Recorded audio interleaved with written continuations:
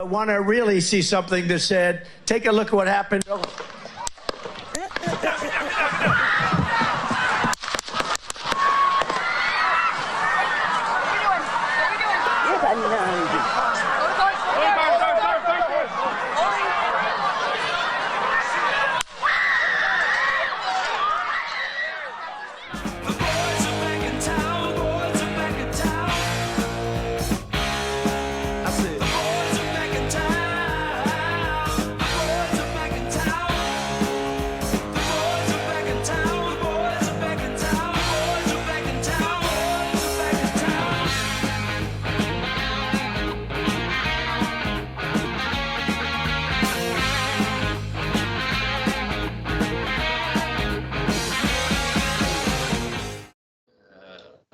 How's it going in the UK?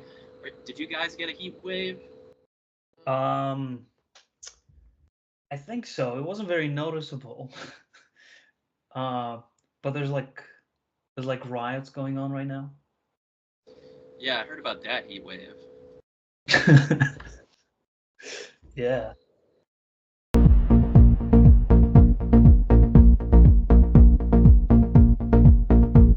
Yeah, it's it started here up north, near Manchester.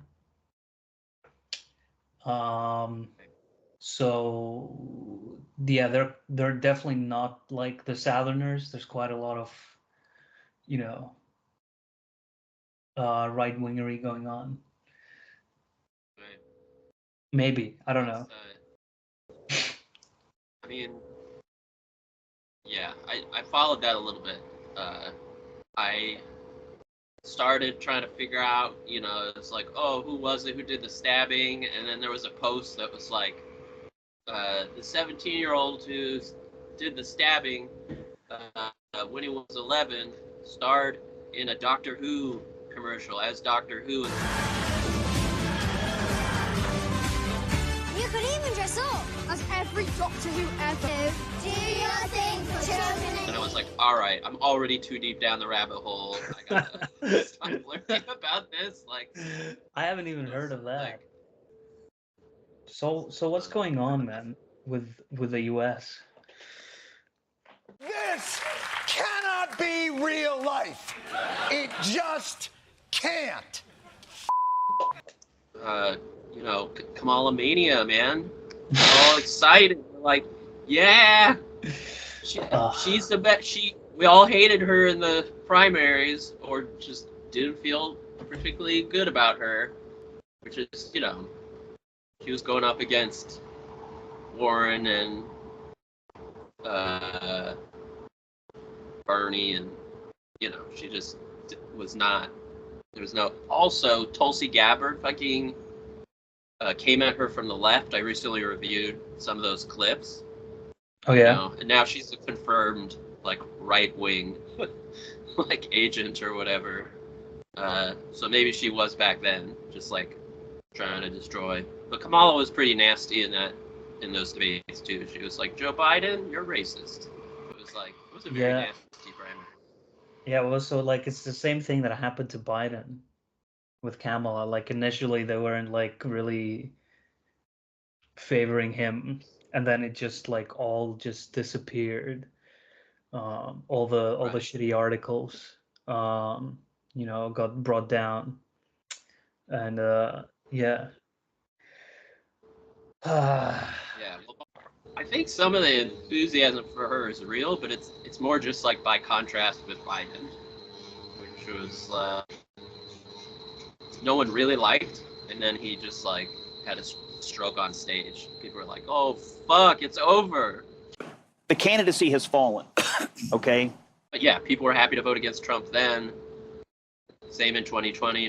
Very few people were psyched about Joe Biden, but they're like, he's our guy just to get through this tough patch. And yeah, it's kind of the same with Kamala. I don't know, man. It's just, do you know why Trump didn't want to debate Kamala? She's like not bad at debates. She's definitely better in debates than just like stump speeches and talking off the cuff. I mean, she was a prosecutor. It makes sense that she would be better in that arena. Well, I don't know. Like, I still think Trump would just destroy her in a debate. I don't know. Maybe I just bought the hype, but I think she could have a chance. I guess is what I'm saying. Maybe now that the DNC has observed Trump for so long, made their plans and everything, maybe she might have a chance. I don't know. They probably learned from Biden's style of just not, reacting because he doesn't really understand what Trump is saying. So Right. so if Kamala just keeps on the message and does not go down to Trump's level, she might do fine. But even still, that just ignoring Trump is not sufficient. Most debates, it's like the partisans of each side are like, "Oh, we won." Like it's not clear to people exactly who is destroyed. But yeah, I mean, Donnie he's a bulldog, so yeah, I could definitely see him rolling over her. Like Kamala did well against Mike Pence, but he's just this wooden, too polite guy, so that's not exactly, a similar situation. Yeah. I don't know. I guess we'll see. I'm still Kamala is the master of failing upwards. So I don't know how well that will translate into a debate. Do not come. Do not come. I'm gonna come.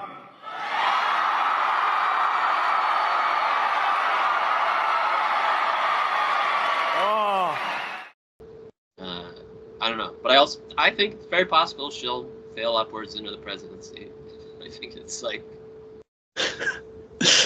I'm just living that life. Fun Dutch cult classic that I still pop every time my track drops. You're jealous. I'm just living that life. Everything is in context. Basement that you My mother she would give us a hard time sometimes, and she would say to us, "I don't know what's wrong with you young people. You think you just fell out of a coconut tree?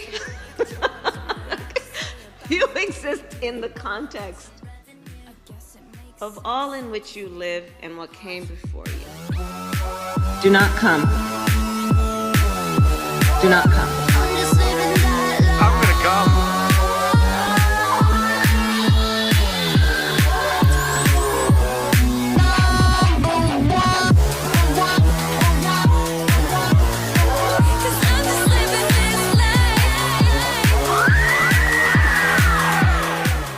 I love Venn diagrams. I really do. I love Venn diagrams. It's just something about those three circles and the analysis about where there is the intersection, right? Yeah, I see people that you agree with me. These girls are like, can I get a picture? And then they go online like, just kidding, I hate you. Do not come.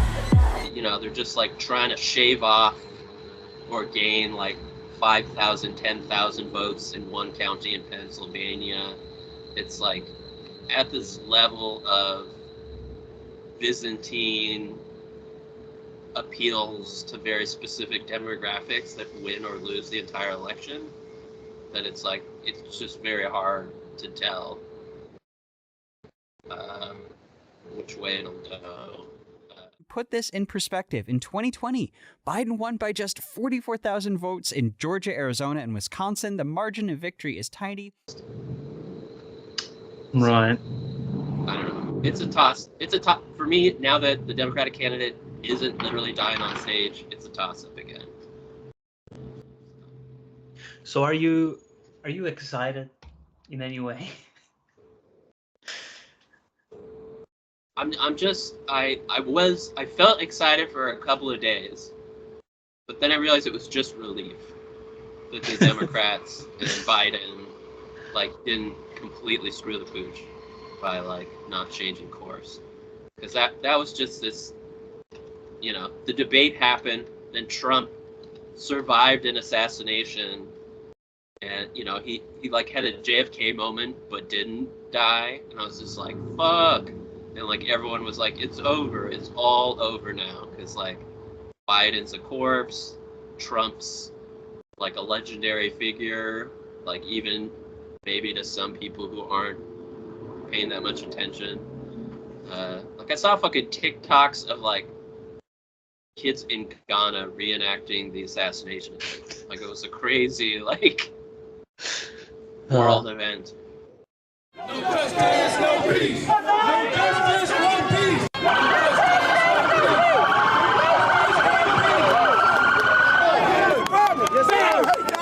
justice, no peace. No justice, no peace. That is a miracle. I can't accept that. My lord, I wonder. Yeah?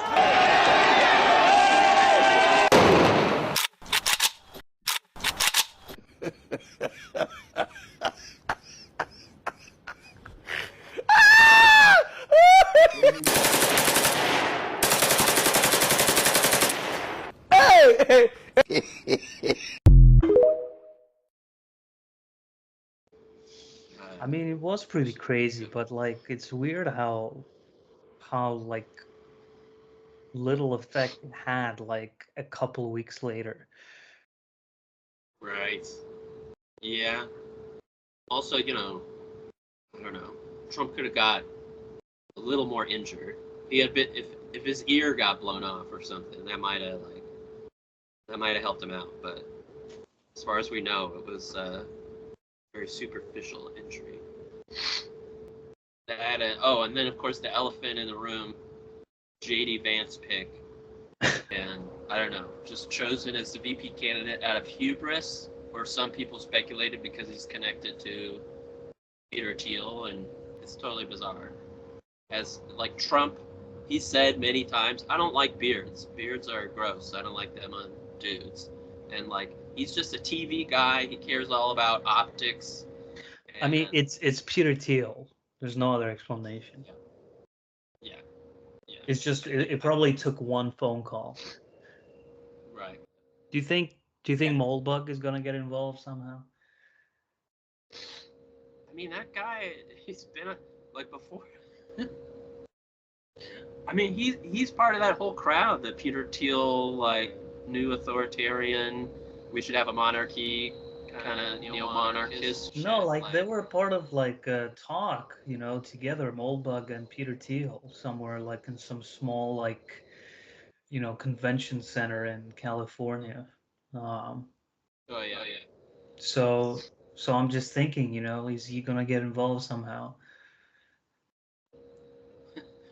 Press Secretary Moldbug. Press Secretary Moldbug. That would be a disaster. Let's say you're a kid in high school and, you've been sent, you shit posted in class, maybe even fed posted in class, and you got sent to the guidance counselor, and your guidance counselor, sits you down and gives you, half an hour of pure Marxist jargon.